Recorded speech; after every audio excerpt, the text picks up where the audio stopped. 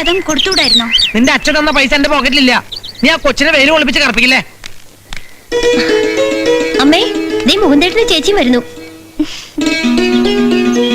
നല്ല ആൾക്കാരാ. ഇന്നലെ രാത്രി വരാന്ന് പറഞ്ഞിട്ട് വരാനിരുന്നതാ.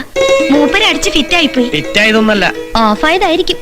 എനിക്ക് കഴിച്ചു കഴിഞ്ഞാൽ അത് വയറ്റിലിട്ട് നടക്കാൻ വലിയ പാടാ. അതുകൊണ്ട് ഞാനത് അപ്പ തന്നെ അങ്ങോട്ട് ഒഴിവാക്കും. അതായത് ഞങ്ങളുടെ ഭാഷയിൽ പറഞ്ഞ വാള് വെക്കാന്ന് പറയും. അഖിലേക്ക് മനസ്സിലായില്ല അല്ലേ? ടിപ്പു സുൽത്താന്റെ വാളേ. എന്തൊക്കെയുണ്ട് വിശേഷം? വിഷുവായിട്ട് ഡ്രസ്സൊക്കെ എടുത്തോ? ഓ, കാട്ടുകോഴിക്ക് എന്ത് കർക്കട സംക്രാന്തി. വന്ന കാലം നിൽക്കാതെ അകത്തേക്ക് കയറി വാ.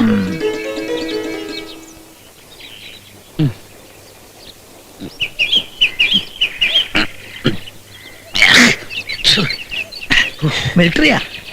നമ്മളെ മേലെ വീട്ടിലെ തോമസിന്റെ മോൻ വന്നപ്പോ കൊണ്ടുവന്നാ. ഒന്നുകൂടെ വയ്ക്കട്ടെ. അയ്യോ മതി, മണക്കും. മിലിറ്ററിക്ക് മണം ഉണ്ടാവില്ല. ആ പറഞ്ഞത് ശരിയാ, മിലിറ്ററിക്ക് മണം ഉണ്ടാവില്ല, പക്ഷെ വാ മണക്കും. എടോ അച്ചുവേ, അവള് പോലീസ് നായടെ എനവാ, മണത്ത് പിടിക്കും. എന്തായാലും ഇന്ന് നമ്മൾ അടിക്കുന്ന അവൾക്കറിയാം. അവിടെ നല്ല ഞാൻ തണുത്ത വെള്ളം എടുത്തോണ്ട് വന്നേ. അയ്യോ കഴിഞ്ഞു. അതെ, ഒന്നടിച്ചാലും രണ്ടടിച്ചാലും മണക്കും. അപ്പൊ പിന്നെ മൂന്നായാലും എന്താ? നീ എന്നെ കൊലക്ക് കൊടുക്കല്ലേ അച്ചു. ഞാനത് ചെയ്യോ? ഇതും കൂടി എന്റെ വലിക്ക്. വേണ്ടടാ അച്ചു, അവൾ എന്നെ ചീത്ത പറയും. അറിഞ്ഞെങ്കിലും അല്ലേ ചീത്ത പറയൂ. അത് ഞാൻ നോക്കിക്കോളാം. തമാശ കാണിക്കാണ്ട് വലിക്ക്. എനിക്ക് പോണം. വേണ്ട അച്ചു. പിടിക്കേന്ന്.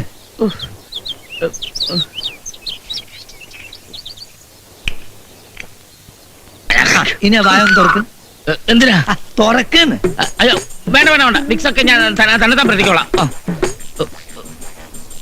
ഉള്ളോട്ട് ഉള്ളോട്ട്. ഇനി ശാരദല്ല ദമയന്തി ഒന്നാ പോലും പിടിക്കാൻ പറ്റില്ല. അതെ, ഞാൻ 20 കൊല്ലം അതിന്റെ ഭാര്യയെ പറ്റിക്കാൻ തുടങ്ങിയിട്ട്. 20 കൊല്ലം.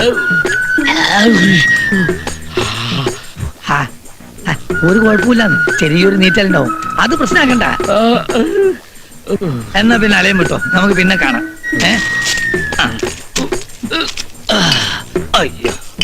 അപ്പൊ നീ വരുന്നില്ലേ? ഞാനിപ്പോ വന്നാ ശരിയാവില്ല. ചേട്ടൻ പോയിക്കോ. പിന്നെ ഞാനായിരുന്നു കൂട്ടുകെന്ന് ശാരദയോട് പറയണ്ട. എടാ ദുഷ്ട, 2 പെക്കിനൊക്കെ ശാരദയെ പിടിച്ചാലോ? അപ്പൊ ഇയാള് 4 പെക്കൊക്കെ എങ്ങനെ അടിക്കുക?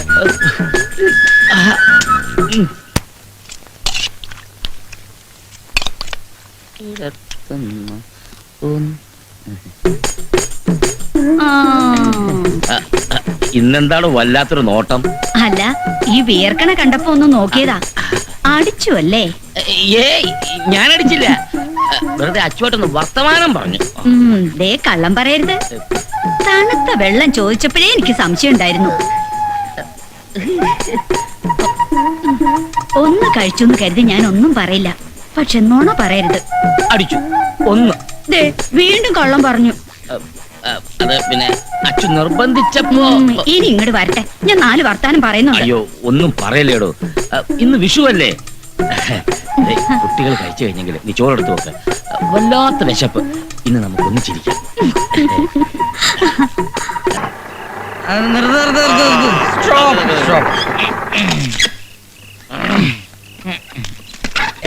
എത്രയായി? എത്രയായി? 40 രൂപ. 40 രൂപ. ഇവിടെ വരെ വരുന്നതിന് 20 രൂപയുള്ളൂ. അതെ, ഇങ്ങോട്ട് വരുന്നതിന് 20, പോകുന്നതിന് 20. ആരാ പറഞ്ഞത് നിന്നോട് തിരിച്ചു പോവാൻ? നീ ഇവിടെ കിടന്നോടാ, അത് കൊടുത്താ മതി. പിടിച്ചോ. അല്ല ദരിദ്രം. നീ എന്തിനാടാ സുമാരനായിട്ട് വളർക്കണ്ടായി? വിഷമം കൊണ്ടാടാ, മനസ്സിലെ വിഷമം കൊണ്ട്. അവന്റെ ഒപ്പം പണിയെന്ന് വീണ് മരിച്ചപ്പോ ആ വീട്ടിലെ എല്ലാ കാര്യങ്ങളും ചെയ്തു കൊടുത്ത് ഞാൻ ഒരു ഒറ്റ ഒഴുത്തിനാ. പാലക്കാടുള്ളവന്റെ അളിയന്റെ വീട്ടിൽ ഞാൻ പോയി പറഞ്ഞ്, പീരുമേടുള്ളവന്റെ പെങ്ങളെ ആളെ വിട്ട് അറിയിച്ച്. ഇതെല്ലാം ഞാൻ ചെയ്തിട്ടും അവൻ എന്നെ അടിയന്തരം അറിയിച്ചില്ലടാ. പിന്നെ എനിക്ക് എങ്ങനെ വിഷമം ഉണ്ടാവുമായിരിക്കും? നീ വിഷമിക്കണ്ട, നിനക്കൊരു അവസരം ഉണ്ടാവും. എന്തവസരം? നിന്റെ അച്ഛനും പനമെന്നല്ലേ കാരണേ, വീഴാതിരിക്കില്ല. വെയിറ്റ് അല്ലേ. പിന്നെ വേറൊരു കാര്യമുണ്ട്. നിന്റെ വീടെത്തി, നീ കള്ളു കുടിച്ചിട്ടുണ്ട്, പക്ഷെ ഡീസന്റ് ആയിരിക്കും. അതിനെന്താ സംശയം? ഞാൻ എത്ര കുടിച്ചാലും ഡീസന്റാ. എടി മനുഷ്യ കൊയ്യാളെ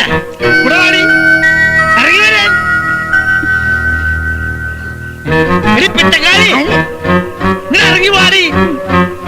അവളെ വാടി ഇങ്ങട്.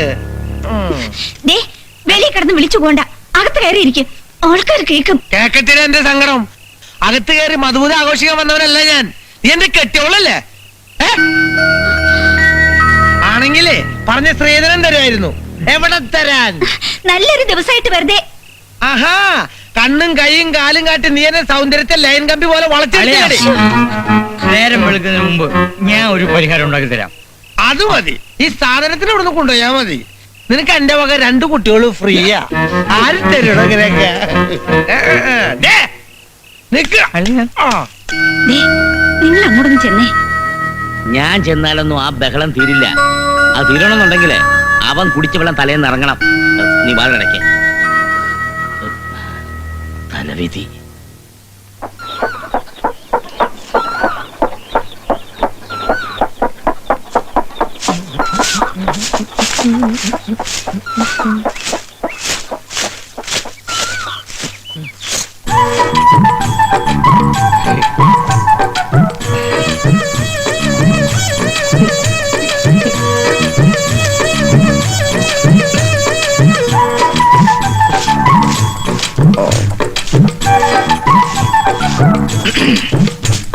ഇല്ലെങ്കിൽ വേണ്ട.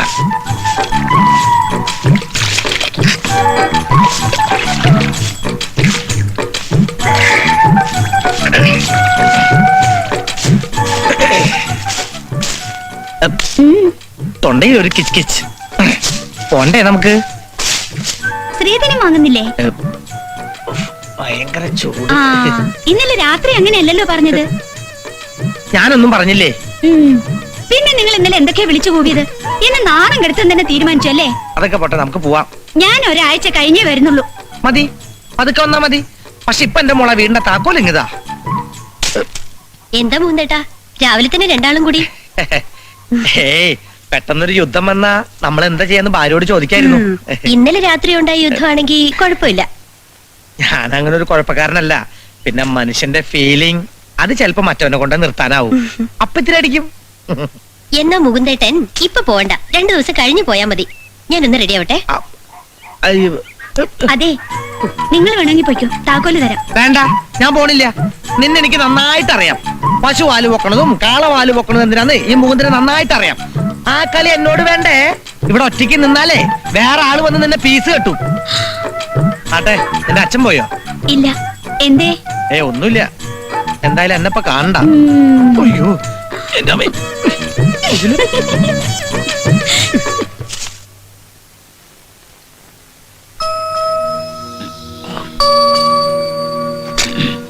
അഖിലേ, നീ വരുന്നില്ലേ? ഇല്ല, അച്ഛൻ നടന്നോളൂ, ഞാൻ റെഡി ആയിട്ടില്ല. അവളുടെ മേക്കപ്പ് തീരട്ടെ. ദേ അമ്മേ, കളിയാക്കണ്ട കേട്ടോ, അസൂയ. ആ പിന്നെ നിങ്ങൾ ഓഫീസിൽ നിന്ന് വരുമ്പോ നമ്മുടെ അച്ചോട്ടന്റെ വീട്ടിലൊന്ന് കയറണം. ഗീതയ്ക്ക് ഒരു ആലോചന വന്നിരുന്നു പാലക്കാട്ട് നിന്ന്. അതെന്തായെന്ന് ചോദിക്കണം. ശരി, സമയം കിട്ടിയാ കേറാം. വരട്ടെ.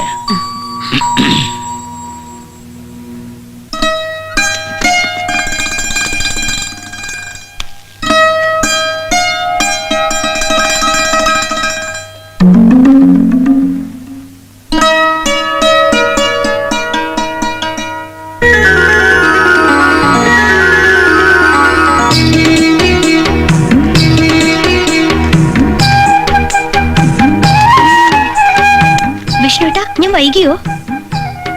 ദേ, അധികം വീർപ്പിക്കണ്ട, പൊട്ടിപ്പോവും. അല്ല, ഇന്നലെ എന്താ വീട്ടിൽ വരാത്തെ? എനിക്ക് സൗകര്യമില്ല. അയ്യടാ, എന്നാ സാറിന്റെ സമയം സൗകര്യം പറഞ്ഞാ വന്ന് കണ്ടോളാം. നീ രാവിലെ എന്നെ കളിയാക്കുക. അയ്യോ, തോന്നിയോ?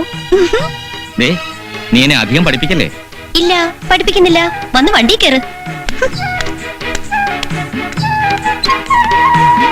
ആഹാ, ദേ, വലിയ പത്രാസ് ഒന്നും കാണിക്കണ്ട.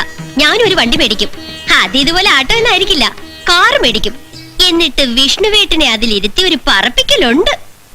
എത്ര മധുരമായ നടക്കാത്ത സ്വപ്നം. ഓ, ഞാൻ വാങ്ങും. എനിക്ക് ജോലി കിട്ടട്ടെ, സത്യം. ഈ മയിലാടുന്നത് കൊണ്ട് കോഴി ആടിയാ കോഴിയുടെ തല പോകും, മനസ്സിലായോ? ഓ,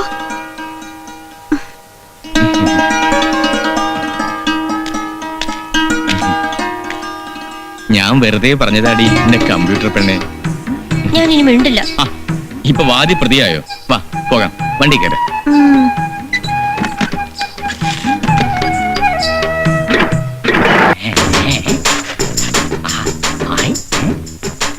നല്ല ബെസ്റ്റ് പോസ്റ്റ്.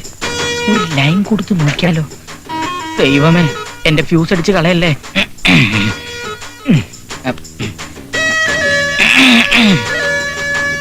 അല്ല, എന്തെങ്കിലും കംപ്ലൈന്റ് ഉണ്ടോ?